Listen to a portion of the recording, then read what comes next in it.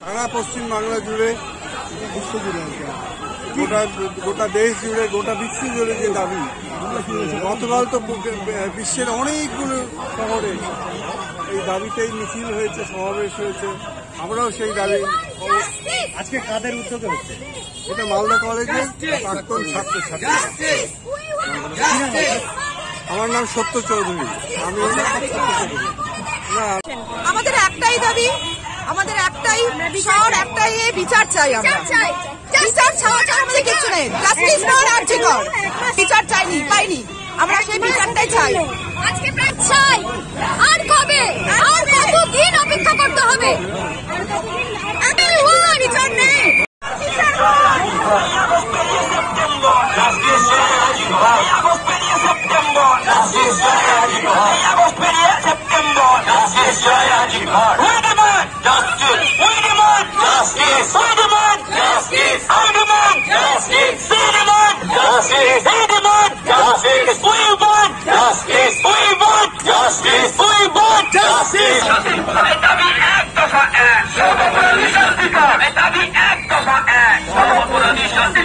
আমার মাটি আমার মা দর্শকদের হতে দিচ্ছি না। আমার মাটি আমার মা দর্শকদের হতে দিচ্ছি না।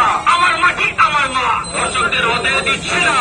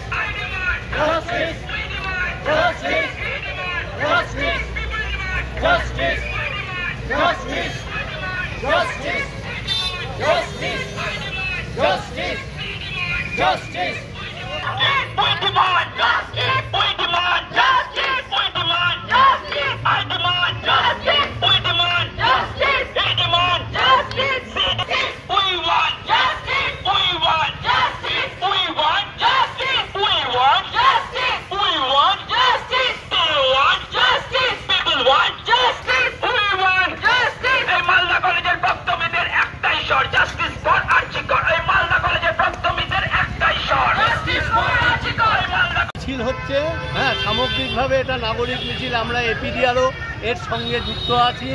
আজকে চারপাশে আপনারা দেখতে পাচ্ছেন যে ঘৃণ্য ব্যাপারটা চলছে, তার বিরুদ্ধে যে গোটা বাংলা কেন গোটা দেশ এবং সারা পৃথিবী জুড়ে আজকে রাস্তায় নেমেছে মানুষ। এবং প্রত্যেকেই চাইছে যে এই ঘৃণ্য জিনিসের অবসান ঘটুক এবং দোষীরা শাস্তি পাক। শুধু সরকার বদল হলেই কিন্তু আজকের এই ঘৃণ্য প্রথা, এই ঘৃণ্য ব্যবস্থার অবসান ঘটবে না। আজকের যে অবস্থা, আজকে কোনো একজন ব্যক্তির পদত্যাগ হলেই সেই ঘটনা শেষ হয়ে যাবে, এটা আমরা এপিডিআরগতভাবে মনে করি না। এবং আরও সুনির্দিষ্টভাবে বললে আজকে কিন্তু এই প্রতিবাদগুলোর আন্দোলনে আজকে আমরা দেখতে পাচ্ছি, আপনি আমাদের এইটা নিশ্চয় দেখেছেন যে আজকে প্রতিবাদ আন্দোলনের উপর আজকে কিন্তু হামলা হচ্ছে, এবং এই হামলা সুপরিকল্পিতভাবে। বলছি দুটো মিছিল পাশাপাশি, একটা কারা করছে, আরেকটা করছে মালদা কলেজের প্রাক্তনীরা রয়েছে। আমরা সব মিছিল এখন একাকার, এখন আর আলাদা করে কোনো মিছিল নেই, মিছিল সহ একাকার।